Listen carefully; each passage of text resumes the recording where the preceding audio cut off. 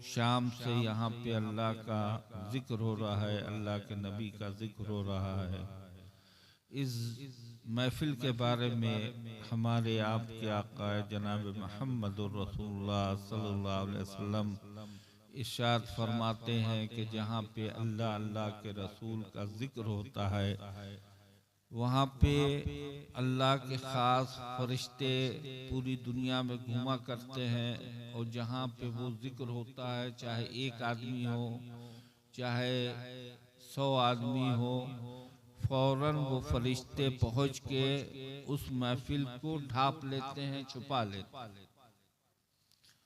और जब तक छुपाए रखते हैं, जब तक आखिरी दुआ हो के लोग अपने घर नहीं चले जाते, तब तक अल्लाह की रहमत उस महफिल के ऊपर बरसती रहती है।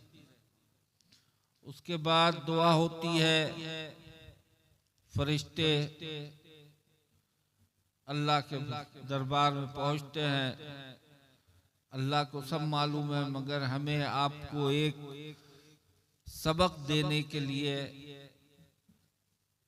वो फरिश्ते अल्लाह से कहते हैं कि या रब्बुल आलमीन, फला बस्ती में, फला गांव में, फला बिन फला आपके महबूब के जिक्र में लगे हुए थे। तो अल्लाह पूछता है कि वो क्या चाह रहे थे। तो सब फरिश्ते बताते हैं कि कोई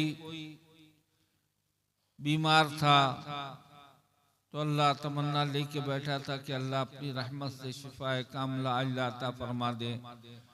कोई बेरोजगार था, तो रोजी की तलब लेके बैठा हुआ था। ऐसे ही सब फरिश्ते अपनी अपनी बातें रखते हैं।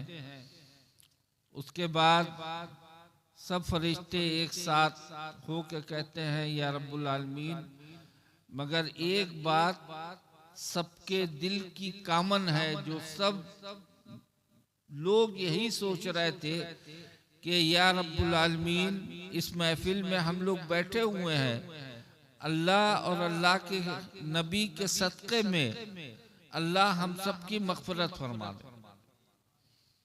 तो अल्लाह कहते हैं कि ठीक है, तुम लोग गवाह रहना, जितने लोग उस महफिल में आके बैठे थे सबकी हमने मग़फ़िरत फरमा दी। उसके बाद एक फरिश्ते उठते हैं और कहते हैं कि या रब्बुल आलमीन, एक आदमी जो ना उस महफिल में सुनने के लिए आया था, ना उस महफिल से कोई उसका रिश्ता था, खाली उस रास्ते से गुजर रहा था, आपने उसकी भी मग़फ़िरत फरमा दी। तो अल्लाह कहते हैं कि बेशक वो महफिल ही हमारे और हमारे प्यारे नबी की है, जो उस रास्ते से गुजरता है हम उसकी भी मग़फ़िरत फरमा दे।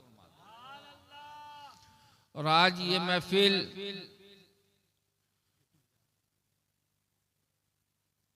ख्वाजा साहब रहमतुल्लाह अलैह की याद में वो एक बहुत बड़े पाए के वली गुजरे हैं। जिंदगी में भी उन्होंने पूरे हिंदुस्तान के ऊपर हुकूमत किया, और आज दुनिया से गए हुए 700-800 साल हो रहे हैं, आज भी उनकी हुकूमत जो है वो हिंदुस्तान पे चल रही है और हमारे आपके दिलों पे चल रही है। उसकी वजह क्या है? वजह की तह तक पहुंचना चाहिए हमें आपको। अगर उनसे मोहब्बत है, उनकी जिंदगी से मोहब्बत है, तो उनकी बातों से भी मोहब्बत होनी चाहिए कि नहीं होनी चाहिए? बोलिए आप लोग भाई। कि खाली हम लोग ख्वाजा साहब का उर्स मना ले, ख्वाजा साहब के नाम से जो है फातिया कर दें, हम उनके आशिक हो जाएंगे?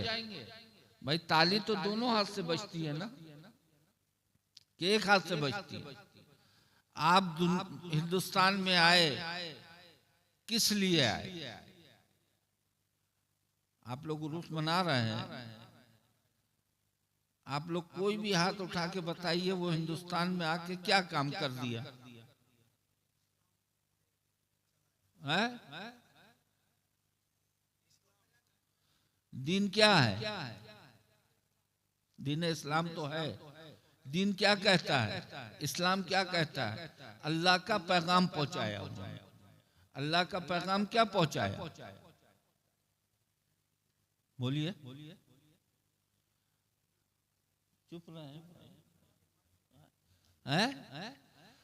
ख्वाजा साहब ने यही सिखाया पूरे हिंदुस्तान में कि हम जो आज इस मुकाम पे पहुंचे हैं वो शरीयत पे चले हैं, अल्लाह की रस्सी को मजबूती से पकड़ा है, नबी से सच्ची मोहब्बत की है, नबी से सच्ची मोहब्बत करते हुए उनकी सुन्नतों पे अमल किया है, तब आज पूरे हिंदुस्तान में उनका नाम है ना? क्या सिखाया उन्होंने? सच्चे मुसलमान बन जाओ, सच्चे मोमिन बन जाओ। सच्चे मोमिन की पहचान ये है कि जब कलमा ला इलाहा इल्लल्लाह मुहम्मद रसूलुल्लाह पढ़ लिया और अल्लाह को एक मान लिया, अल्लाह के नबी को एक मान लिया, हमारे प्यारे नबी मोहम्मद सल्लल्लाहु अलैहि वसल्लम को, तो हमारी जिंदगी मरते दम तक उसी एक कलमे पे जो है हमें अपनी पूरी जिंदगी गुजारना है। अगर हमने उस एक कलमे के ऊपर अपनी पूरी जिंदगी गुजार दी तो हमारी दुनिया भी संवर गई, हमारी आखिरत भी संवर गई। अब वो जिंदगी क्या है? अल्लाह ने कहा नमाज पढ़ो, अस्सलातु महराजुल मोमिनीन। हमारे नबी ने फरमाया नमाज मोमिनों के लिए महराज है। वाक़िमुस्सलात, अल्लाह बार बार कुरान में कह रहे हैं वाक़िमुस्सलात वाक़िमुस्सलात, नमाज को कायम करो। तो कायम करने का क्या मतलब है?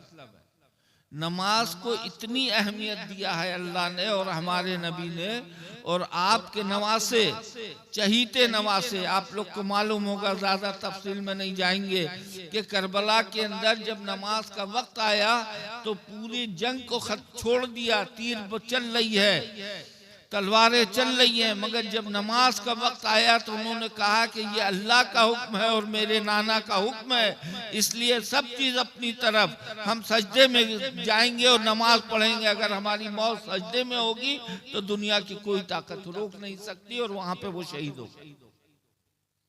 और आज हम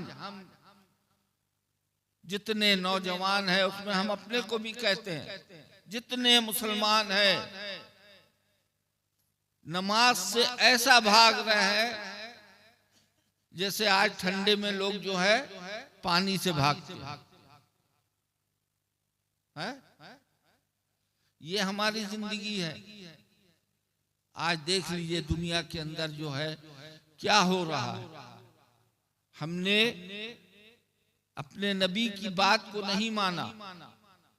हमारे नबी ने जब आखिरी खुतबा दिया तो यही कहा कि मैं अपने पीछे एक किताब छोड़े जा रहा हूं, अगर इस किताब को तुम मजबूती से पकड़े रहोगे तो दुनिया की कोई ताकत तुमसे टकरा के बचेगी नहीं। और हमारी तारीख बताती है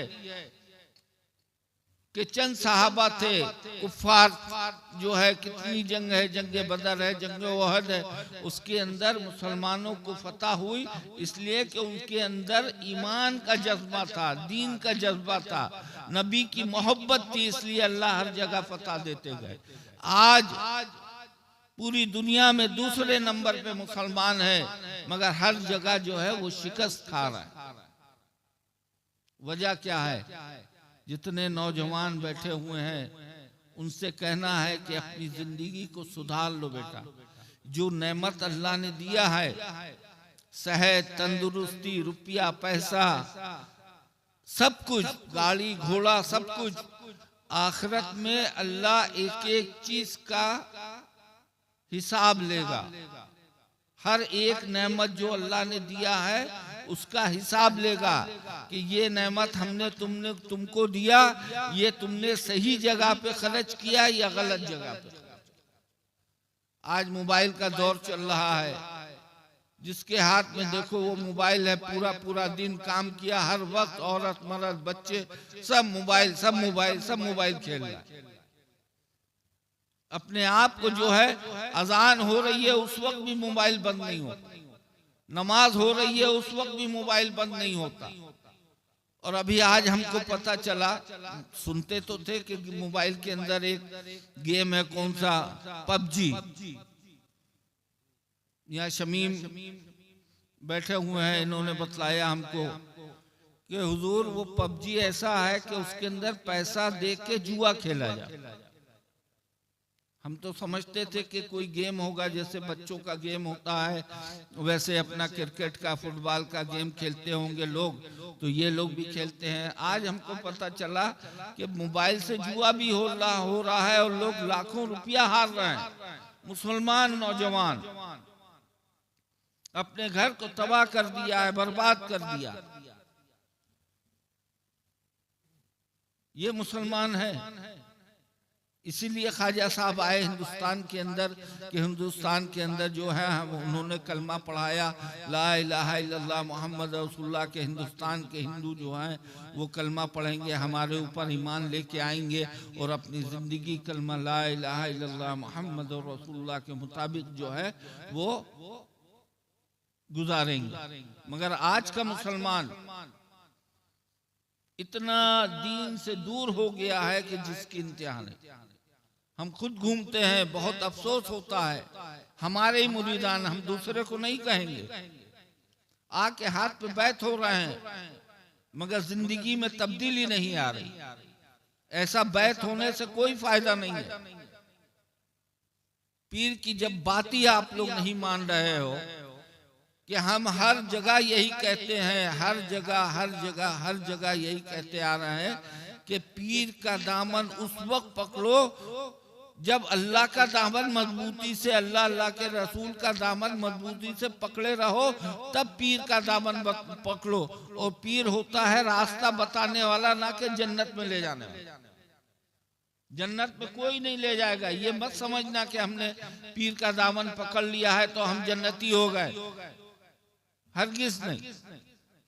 जन्नत उसी वक्त मिलेगी जब आप अपनी जिंदगी शरीयत के मुताबिक गुजारेंगे, अल्लाह के बताए हुए रास्ते पे अपनी जिंदगी गुजारेंगे, नमाज पढ़ेंगे, रोजा रखेंगे, माँ बाप की खिदमत करेंगे, बीवी का पूरा हक अदा करेंगे, शरीयत पे चलेंगे, झूठ नहीं बोलेंगे, ग़ीबत नहीं करेंगे, किसी के साथ धोखा नहीं करेंगे, तब आपको जो है जन्नत मिलेगी। ऐसे नहीं हंसी छट्टा है कि हम अपनी शैतान की जिंदगी गुजारें, हम शराब भी पिए, हम जुआ भी खेलें, हम ताड़ी भी पिए, हम माँ बाप की नाफरमानी भी करें, बीवी बच्चों का हक अदा ना करें और हम मरेंगे तो कब्र में जाएंगे तो हमको जन्नत मिल जाएगी। इतनी आसान जन्नत नहीं है। इतनी आसान अगर जन्नत होती तो जितने अल्लाह के वली गुजरे हैं उन्होंने पूरा 24 घंटे में से कम जो है 2, 4, 5 घंटा 6 घंटा सोते थे, उसके बाद अल्लाह के जिक्र में लग जाते थे, अल्लाह की तबलीग में लग जाते थे। तब आज जाके पूरी दुनिया के अंदर कलमा पढ़ने वाले हर तरफ आपको मिले। कोई भी कोना हो, चाहे वो अमेरिका से लेके कहीं भी आप चले जाओ, हर जगह मुसलमान मिलेंगे। इन वलियों की बदौलत जो है आज हर जगह जो है दीन फैला हुआ। साहबा इकराम ने फैलाया, साहबा इकराम के बाद जो है वो ताबाइन ने दीन की खिदमत की, उसके बाद जो अल्लाह के वली हुए, ऐसे ही वली नहीं हो गए।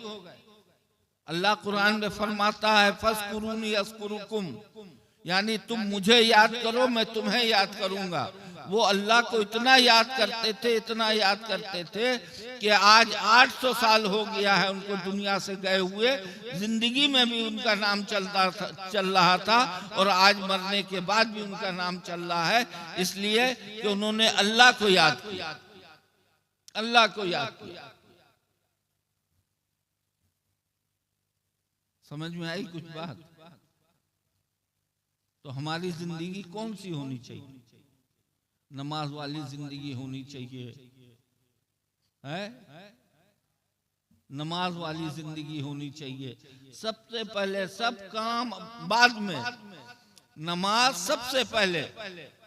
अगर नमाज सही है, मरने के बाद जब आदमी मर जाता है और कब्र में उसको दफना दिया जाता है, मुनकिर नकीर आते हैं, तो मुल्ला अली कारी रहमतुल्लाह अलैह इरशाद फरमाते हैं कि जब उस मुर्दे के अंदर रूह फूकी जाती है और मुर्दा उठ के बैठता है, तो चारों तरफ से जब फरिश्ते उससे सवाल करते हैं तो मुर्दा कहता है कि अभी रुक जाओ, अभी हमको असर की नमाज पढ़ लेने दो, असर का वक्त खत्म हो जाएगा तो हमारी नमाज कज़ा हो जाएगी। जब मुर्दे को किसी भी टाइम दफन करो, जब उसके अंदर रूह फूकी जाती है तो वो टाइम होता है, मुल्ला अली कारी रहमतुल्लाह अलैह इरशाद फरमाते हैं, जैसे कि असर और मगरिब के बीच का वक्त, बहुत थोड़ा सा वक्त होता है ना, कि अगर जरा सी भी देर हो जाए तो असर कज़ा हो जाएगी। तो मुल्ला अली कारी रहमतुल्लाह अलैह इरशाद फरमाते हैं कि ये बात कब्र के अंदर वही मुर्दा कहेगा जिसको दुनिया के अंदर नमाज की चिंता रहती होगी, नमाज की फिक्र रहती होगी। फजर पढ़ लिया तो अब चिंता होगी जोहर की, जोहर पढ़ लिया तो चिंता होगी असर की, असर पढ़ लिया तो चिंता होगी मगरिब की, मगरिब पढ़ लिया तो चिंता होगी ईशा की, ईशा पढ़ लिया तो फिर चिंता होगी फजर की। उस आदमी के मुंह से निकलेगा कि फरिश्ते सवाल जवाब, अभी रुक जाओ, पहले हमको नमाज पढ़ लेने दो। ये वही मुर्दा कहेगा जो दुनिया में नमाजी होगा, और जो दुनिया में नमाजी नहीं होगा वो। और एक और हदीस में आता है कि जब फरिश्ते सवाल करेंगे तो जवाब देने के लिए चारों तरफ से जो है एक रोशनी आ जाएगी, सवाल किया जाएगा, एक नूर बोलेगा अल्लाह के हुक्म से कि इनसे क्या सवाल करते हो, जो भी सवाल करना है हमसे करो। तो फरिश्ते कहेंगे कि भाई तुम कौन हो, हम आए हैं सवाल जवाब करने के लिए इस मुर्दे से, इसका जवाब तुम क्यों दोगे, तुम कौन होते हो। तो फजर कहेगी मैं फजर हूं, मैं जोहर हूं, मैं असर हूं, मैं मगरिब हूं, मैं ईशा हूं। अल्लाह मदद फरमाएंगे कब्र के अंदर जो नमाजी होगा उसकी, और जो नमाजी नहीं होगा। आजकल के नौजवान समझते हैं कि बस हफ्ते में एक दिन फर्ज है 2 रकात जुमा, बस जुमा हमने जाके मस्जिद में पढ़ लिया, पूरे साल भर का बोझ जो है हमने बहुत बड़ा नाउजुबिल्लाह नाउजुबिल्लाह सुम्मा नाउजुबिल्लाह अल्लाह के ऊपर एहसान करके आ गए। नहाया धोया, तेल पानी सब लगाया, सेंट लगाया, इतर लगाया, खाली एक दिन जुमे के दिन, क्या जुमे के दिन नमाज फर्ज हुई है, जुमा फर्ज हुआ है, 5 वक्त की नमाज फर्ज नहीं हुई। आपको फिक्र नहीं है कि हमको मरना है, किस वक्त मौत का फरिश्ता आ जाए, रूह कब्ज करके हमको लेके चला जाए। मौत का डर अगर आ जाए तो हमारी आपकी जिंदगी संवर जाए। शैतान इतना हावी हो गया है कि दिल से मौत का खौफ उसने हटा दिया है, कह रहे अभी तो हमको बहुत जीना है, 100-200 साल जीना है, मौत का डर नहीं है। आप देख ले, मिसाल के तौर पे दरिया में जाएं, अगर नाव में छेद हो जाए, नाव डूबने लगे, तो उस वक्त कैसे अल्लाह को याद करते हैं सब लोग, उस वक्त किसको याद करते हैं कि अल्लाह हमको बचा लीजिए, अब हम कोई गलती नहीं करेंगे, अल्लाह आज के दिन आप हमको नाव डूबने से बचा लीजिए तो हम कोई गलती नहीं करेंगे, नमाज रोजा सब कुछ करेंगे, और जहां किनारे आ गए सब भूल गए। इसलिए कि नाव के ऊपर मौत का डर था, मौत के डर से आपके मुंह से निकल रहा था कि अल्लाह तौबा, हमने तौबा कर लिया, अब हम कोई गुनाह नहीं करेंगे, मौत के डर से तौबा निकल रहा था, अल्लाह से माफी मांग रहे थे मौत के डर से, और जब मौत किनारे आ गई भूल गए। ऐसे ही जिंदगी है कि ये जिंदगी जो चल रही है कोई डर नहीं है, जब मौत के करीब पहुंचेंगे तब अल्लाह से तौबा करेंगे, और अल्लाह को तौबा इस वक्त की पसंद है। इसीलिए अल्लाह ने कुरान में इरशाद फरमाया, बिस्मिल्लाहिर रहमानिर रहीम, या अय्युहल्लज़ीना आमनू तूबू इलल्लाहि तौबतन नसूहा, यानी ए ईमान वालों। अल्लाह किससे कह रहा है? ईमान वालों से। काफिर मुशरिक से अल्लाह नहीं कह रहे हैं। या अय्युहल्लज़ीना, ए ईमान वालो, तौबा करो अल्लाह की तरफ, खालिस तौबा, सच्चे दिल से अगर तुम तौबा कर लेते हो तो तुम्हारी पिछली सब गुनाहों को माफ करके हम तुमको ऐसा बना देंगे जैसे अभी अभी तुमने अपने माँ की पेट से जन्म लिया। अल्लाह बहुत रहीम है, करीम है, बख्शने वाला है। उसके साथ अल्लाह कहार भी है, पकड़ने वाला है।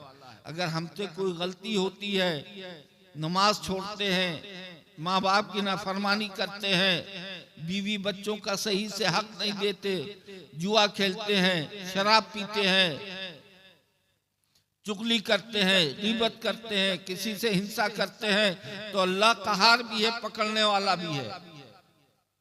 अल्लाह तो अस्तगफिरुल्लाह रब्बी मिन कुल्ली ज़ंबी व अतूबु इलैहि, अल्लाह हम सबको अपने पकड़ से बचाए। अल्लाह ने खाली एक चीज का अगर सवाल कर लिया, एक चीज का,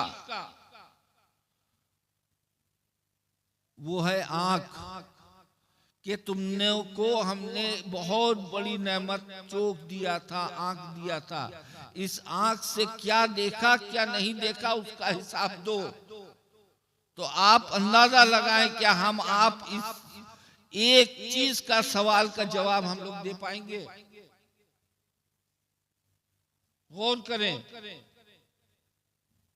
कि अल्लाह पूछ ले, इस आंख से क्या देखा, हलाल चीज देखा या हराम चीज देखा, जिना किया या नहीं किया। आंख का भी जिना है, समझ में आई? गैर महरम औरत को देखना वो आंख का गुनाह हो गया। सुबह से शाम तक कितना आंख की गुनाह करते रहते हैं, जिना करते रहते हैं लड़के। तो इसीलिए कहते हैं सच्चे दिल से तौबा करो। अगर फसीही का दामन पकड़ा है, सच्चे फसीही हो, तो फसीही हमारे सिलसिले में यही सबसे पहले रहा है कि अपने मुरीदों को नमाज की तरफ ले आओ।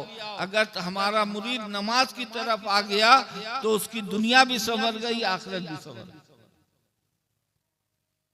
इसीलिए हर जगह हम यही जोर देते हैं, इसलिए कि हमारे नबी ने नमाज के ऊपर बहुत जोर दिया।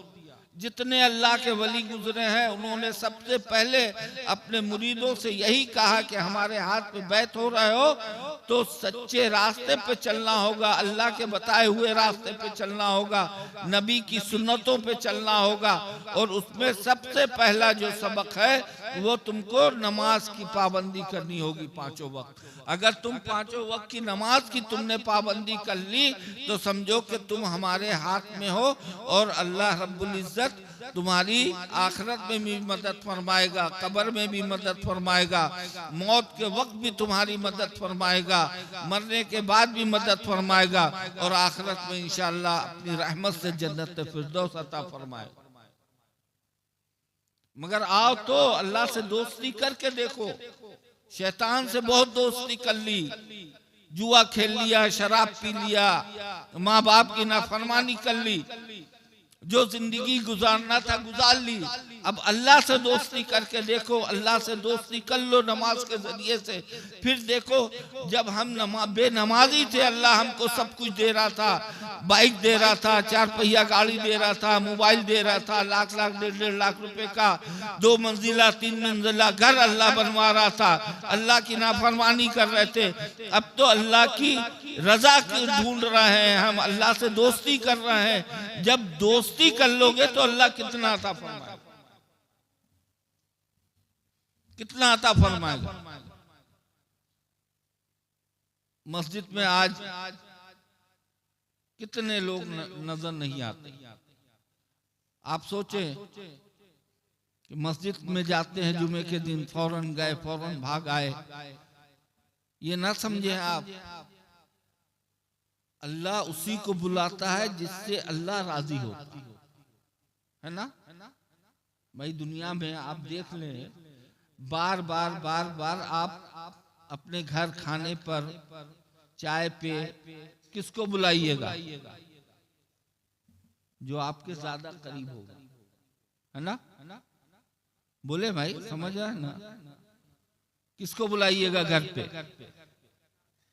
अपने आदमी को, जिससे दोस्ती होगी, दिल लगा होगा, उसको आज खाना खिला दिया, फिर तबीयत चाहेगी, वो आपको बुला ले चाहे आप उसको बुला ले, 2 दिन के बाद फिर तबीयत चाहेगी कि हाँ यार हम लोग बैठे थोड़ा 2 घंटा खाना पीना खाएंगे, मछली भात खाएंगे, गपशप करेंगे, आपस में आमने सामने बैठेंगे, मोहब्बत और बढ़ेगी, अच्छा लगेगा, है ना? तो अब आप सोच लें कि ये दुनियावी चीज है, और अल्लाह से अगर दोस्ती करेंगे, अल्लाह राजी हो जाएगा तो आपको मस्जिद में बुलाएगा। ये कोई ना समझे हम हो चाहे आप हो। समझ रहे बात को?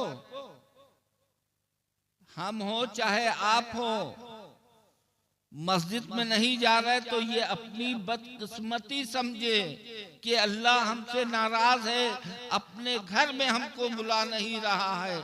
क्या गलती हो गई है, क्या खता हो गई है हमसे कि अल्लाह ने अपने घर में बुलाना छोड़ दिया है? अगर अल्लाह हमसे मोहब्बत करता, अल्लाह हमसे प्यार करता तो सबसे पहले मस्जिद में बुला के दिखलाता कि देखो हम तुमसे मोहब्बत करते हैं, इसलिए अपने घर में बुला लिया। और जब अल्लाह के घर में जाओगे तो अल्लाह से जो है वो मुलाकात होती है। अस्सलातु महराजुल मोमिनीन, हमारे नबी इरशाद फरमाते हैं कि बंदा जब नमाज पढ़ता है तो 5 वक्त उसकी महराज होती है।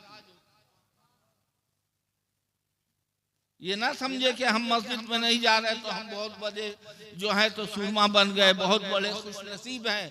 अल्लाह आपसे नाराज है, आपसे बुलाना नहीं चाहता। हर वक्त तौबा करो, इस्तग़फ़ार पढ़ो कि अल्लाह को राजी कर लो कि अल्लाह हमें आपको मस्जिद में बुलाना शुरू कर दे। जिस दिन मस्जिद में बुलाना शुरू कर दे अल्लाह, मस्जिद में हम जाने लगे, तब आप सोचिएगा कि आज अल्लाह हमसे खुश है कि अपने घर में बुला रहा। और जिस दिन नहीं जाओ तो समझ लो कि अल्लाह आपसे नाराज है। और अल्लाह अगर नाराज है, आप कितने ही दान सदका करते रहो, खैरात करते रहो, कुछ भी करते रहो, मस्जिद बनवा दो, मदरसा बनवा दो, एक चीज कबूल नहीं होगी जब तक अल्लाह राजी ना हो, अल्लाह का रसूल राजी ना हो।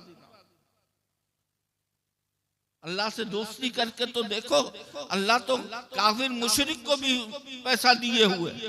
अंबानी अंडानी कितने पैसे वाले हैं, देने वाला कौन है? हमारा मजहब, हमारा दीन ये कहता है कि रिज़्क़ का मालिक उसको किसने दिया? अल्लाह ने दिया। क्या वो अल्लाह का फरमान है? ना फरमान है, तो भी अल्लाह उसको इतना दे रहा है। और आज हम फरमा बरदार हैं। आज बहुत से मुरीदान आके बोलते हैं हुजूर हमारे घर में बरकत नहीं है, इतना इतना पैसा कमाते हुजूर बरकत नहीं हो रही, लाखों रुपया कमा रहे हैं, पैसा कहाँ चला जा रहा है?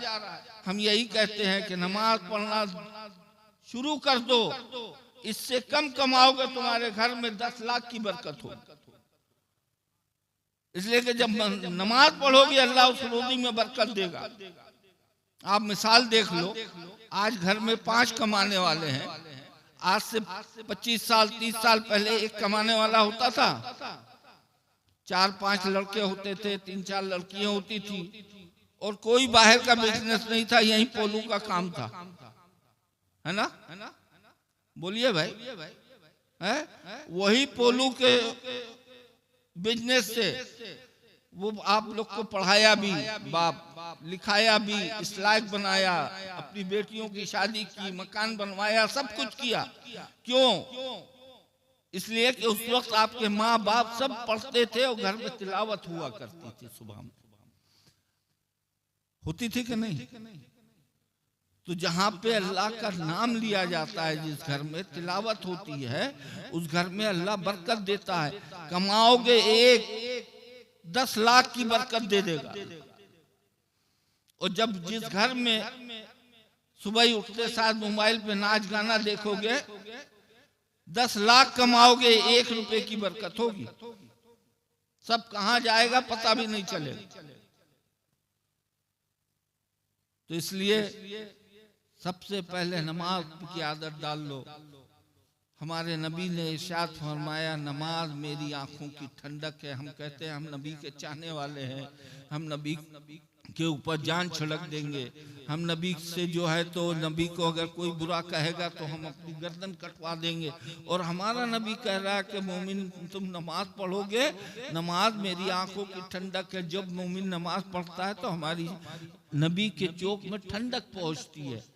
तो क्या हम नमाज पढ़ेंगे तब तो हमारे, अगर सच्ची मोहब्बत है, बाप अगर बेटा पूरे खालतीपुर में घूमे कह के हम अपने अब्बा से बहुत मोहब्बत करते हैं, हम अपने बाबा से बहुत मोहब्बत करते हैं, और जब घर में जाए बाबा कहे बेटा एक गिलास पानी दो, बोले कि हमें देबो ना, मोहब्बत हुई? बोले भाई नहीं हुई ना। तो अब आप बताइए वो लड़का लायक है या ना लायक है? तो हम क्या हैं? हम भी तो वही हैं। हमारे नबी ने कहा है नमाज पढ़ो मेरी आंखों को ठंडक पहुंचे। कैसे हम उम्मती हैं?